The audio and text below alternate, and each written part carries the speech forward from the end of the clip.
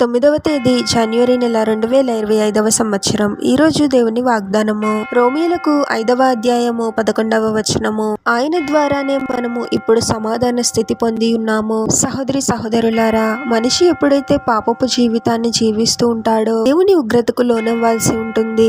మనిషి తాను చేసిన క్రియలకు తప్పకుండా ప్రతిఫలాన్ని అనుభవించాల్సి వస్తుంది. పాపము వలన వచ్చే జీతము మరణము. మనం ఎప్పుడైతే పాపపు జీవితాన్ని జీవిస్తామో దేవునికి దూరమై సమాధాన స్థితిని కోల్పోతూ ఉంటాము. కానీ దేవునితో మనల్ని సమాధానపరచడానికి దేవుడే శరీరధారి అయి యేసుగా భూమి మీద జన్మించాడు. మన స్థానంలో ప్రభువు శిలువపై శిక్ష వేయబడ్డాడు. ఎవరైతే వారి పాపములను ఒప్పుకొని ప్రభు సన్నిధిలో పశ్చాత్తాపపడతారో వారి పాపములన్నీ క్షమింపబడతాయి. కేవలము మన నీతి క్రియల వలన, పరిశుద్ధత వలన దేవునితో సమాధాన స్థితిని పొందలేము. కానీ ప్రభువుని మన రక్షకునిగా అంగీకరించడం ద్వారా ప్రభు ద్వారా దేవునితో సమాధాన స్థితిని పొందగలము. మన సమాధాన స్థితికి కారణం ప్రభువే. ప్రార్థన.